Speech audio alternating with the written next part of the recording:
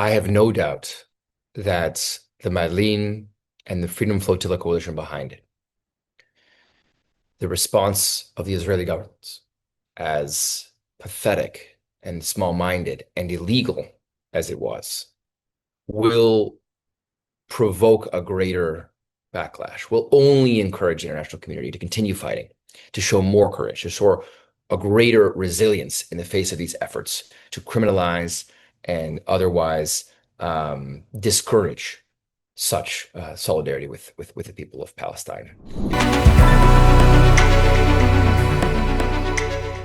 The escalation of conflict with Iran that we've witnessed in the past 24 hours, and I'm sure will continue for the coming hours as well, sends a clear message to the region and to the world that there really is no limits, there are no red lines for the rogue behavior of the state of Israel. Over the past 600 days since the beginning of this genocide, we've seen Israel push and push and push the world to see where will we draw those lines. It began with the bombing of hospitals, with the killing of humanitarian aid workers. It's continued with the slaughter of children. And over the course of that conflict, we've also seen Israel take on its proposed or supposed regional adversaries, whether it's Hezbollah in Lebanon or the regime in Syria, and now, of course, in Iran. In each case, Israel is pushing the world, pushing the international community, pushing the institutions of global governance that were once designed to protect and enshrine principles of peaceful coexistence. It's pushing the international community to say, will we stop them? And pushing in particular on the United States. Because the United States, and particularly the Trump administration and the Republican Party behind him, has to resolve a contradiction at the heart of its regional policy. On the one hand, Trump administration has been reviving and renovating ideas for a plan, a peace plan, or a nuclear agreement with Iran.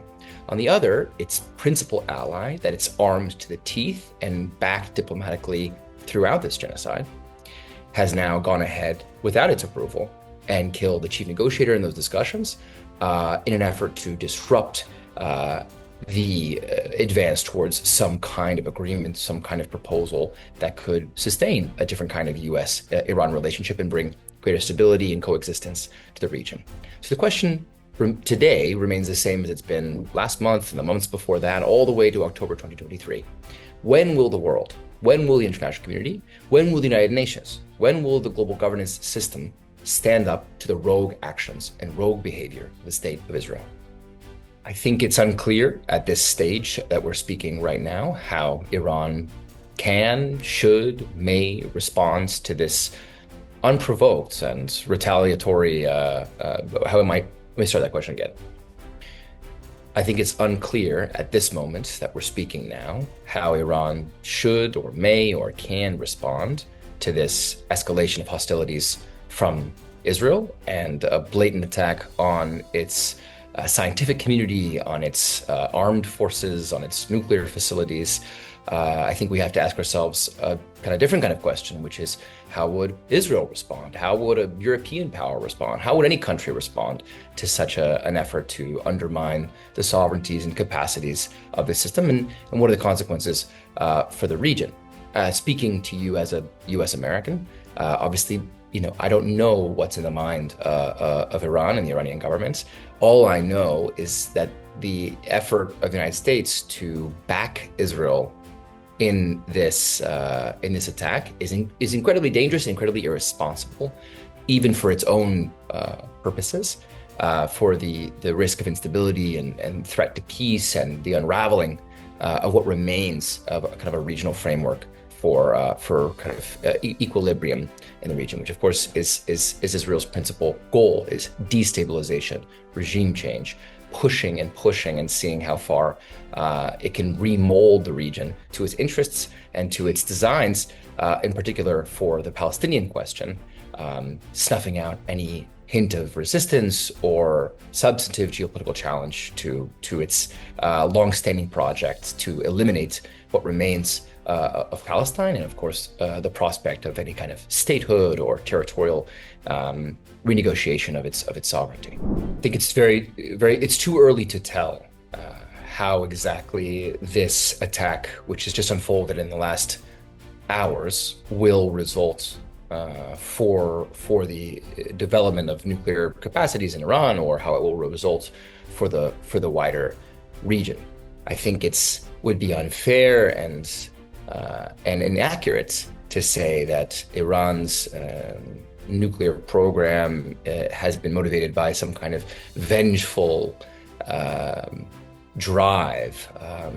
I think that there's a long-standing campaign to paint a double standard into the international system to say our nuclear programs are good and healthy, and nuclear armament for the West is a purely generous effort at democracy promotion around the world, and our adversaries' efforts to build their own kind of nuclear programs must be perceived as existential threats to the international system, to peace and sovereignty and democracy across the world. What we want to see is a generalized international disarmament effort to take seriously the nuclear question, which people have not taken seriously in recent years, neither in Ukraine, nor in the Middle East, nor anywhere else, whether it's China, the United States, or Europe. What we need to see is a broader international movement for not peace in quotes, not peace as a general or UN paradigm, but active disarmament, active moves to eliminate and to clear out these nuclear arsenals that threaten not just international stability, but humanity itself, instead of what we're seeing now, which is a tremendous escalation of rearmament. For example, in the European Commission's proposal to rearm Europe, that's what we're seeing this double standard really play out, where one side wants to rearm purely as a defensive measure, but when another side is attacked, when Iran's attacked, and Iran says, well, we need to build up some defensive capacities as well, that's Benjamin Netanyahu goes to the United Nations and says, this is an untold and unprecedented and an existential threat to all of Western civilization. That is, I think, the double standard we need to do away with if we want to advance in a serious way towards a policy of peace and nuclear disarmament around the world. It is a inspiration to see people, not just on the Madeleine, but also in the March to Gaza, in the Samun caravan, put their lives on the line for Palestine.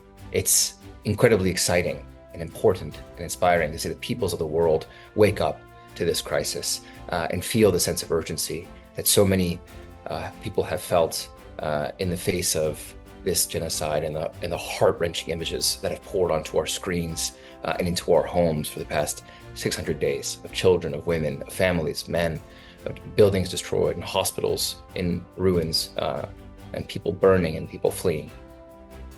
So I think one must celebrate and encourage any effort at high profile or low profile or mid visibility or high visibility or parliamentary or extra parliamentary efforts to draw attention to this crisis. But we also need to understand Israel's response, because it's very critical to making sense of the broader geopolitical operation that Israel has mounted, not just in the past 600 days, but in the past several years, which is not only to target Palestinians and Palestinian resistance, but to target international solidarity with the people of Palestine. That's why they advance proposals in the United States, for example, to criminalize boycotts, divestment, or sanctions efforts, BDS. Same in the United Kingdom. We've seen efforts to illegalize, to make illegal any effort to advance a policy of divestment or to sanction Israel. That's why we've seen Israel, call for a crackdown, whether it's by Egypt or by France or by the United Kingdom, on demonstrations and marches, and the slander advanced towards those people as if solidarity with the people of Palestine in their plight, in their suffering, in their genocide is somehow an act of anti-Semitism. And that's why we've seen a diplomatic offensive by Israel across the continents of Latin America and Africa and Asia to try to install itself as a principled geopolitical, economic, strategic, and security ally of other countries. It's because Israel understands that this instrument of international solidarity undermines their fundamental and total plan, which is the annexation of Palestinian territory, which is the elimination of Palestinian statehood and Palestinian identity, and the ethnic cleansing of these territories in the name of Judea and Samaria, in the name of the Greater Israel, as they call it. And so I think that's why what's happening with the Freedom Flotilla coalition is so important, because it illustrates to the world that if they can attack this boat, which, remember, it wasn't just the Madeleine. First, they drone struck the first boat, the Conscience, before they boarded the Madeleine. If they can do that with no sanction from the international system, then no ally, no activist, no friend of the Palestinian cause anywhere is safe. High visibility, celebrity-led efforts must and can only be part of a broader suite of initiatives around solidarity. Because ultimately what's going to matter are the material consequences for Israel, for its war machine, which has a global architecture.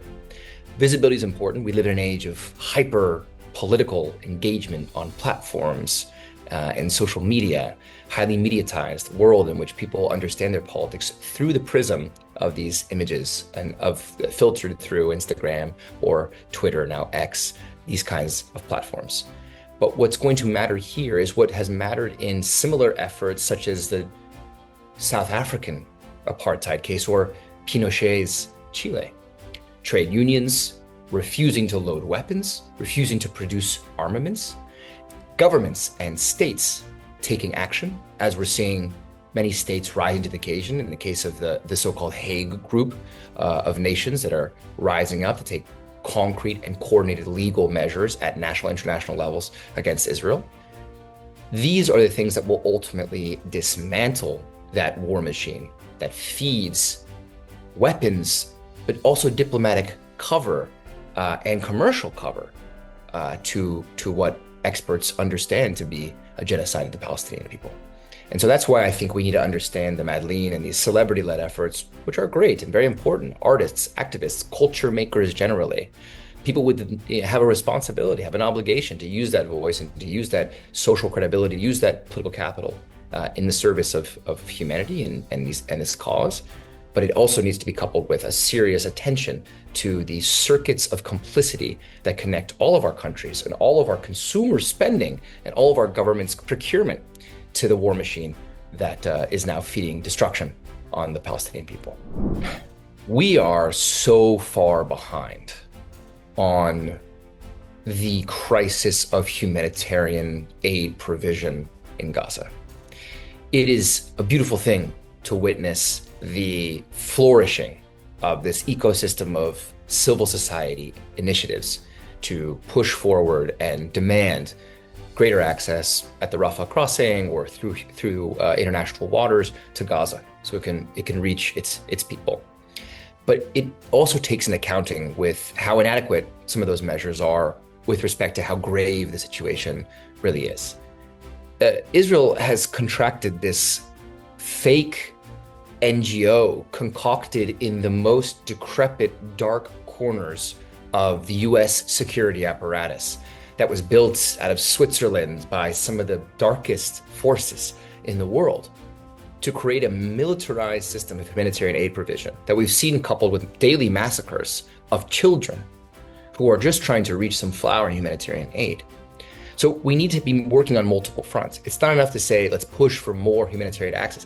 We also need to demand that this so-called Gaza Humanitarian Initiative, I forget its precise acronym, that we no longer contract, no longer allow this fictitious and strange and certainly not humanitarian organ to operate with its mercenaries as if this were a legitimate way to provide, under international humanitarian law, food and shelter to the suffering people of Gaza.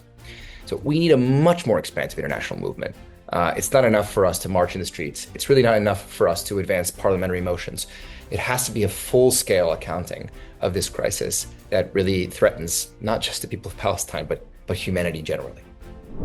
The detention and solitary confinement of members of the Madeleine Freedom Flotilla is supposed to send a chilling effect through the international community to high visibility or celebrity advocates, or to anyone who's willing or perceives themselves as able to participate in these civil social initiatives for the Palestinian cause, and particularly for humanitarian aid access.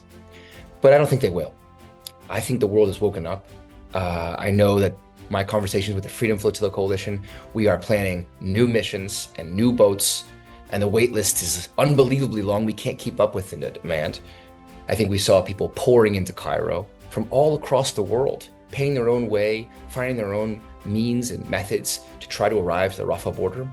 I think at this point, nothing can hold back the international solidarity movement that is growing to defend the basic principles of humanity, of humanitarian international law, against the kind of rogue behavior that Israel has displayed both domestically and with its partner in Palestine, as well as with its escalation of hostilities in Lebanon and Syria, Iran, and elsewhere. I think that we've reached a turning point, and that's it's heartening to see. It's depressing that we've had to wait this long for that turning point to arrive, but something has definitely shifted. And I don't know if some days of solitary confinement for an MEP like Rima Hassan or these return flights for other activists are going to be enough for Israel to deter the courageous movements emerging around the world to put an end to this deeply distressing attack on humanity, on human decency, and life itself.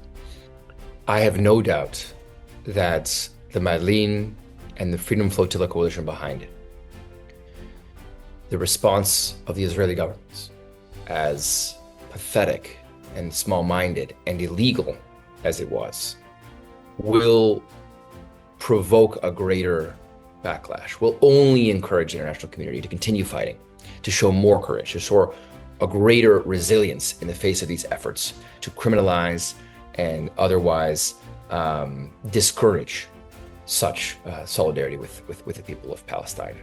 And I think that puts Israel the state of Israel in a really serious bind.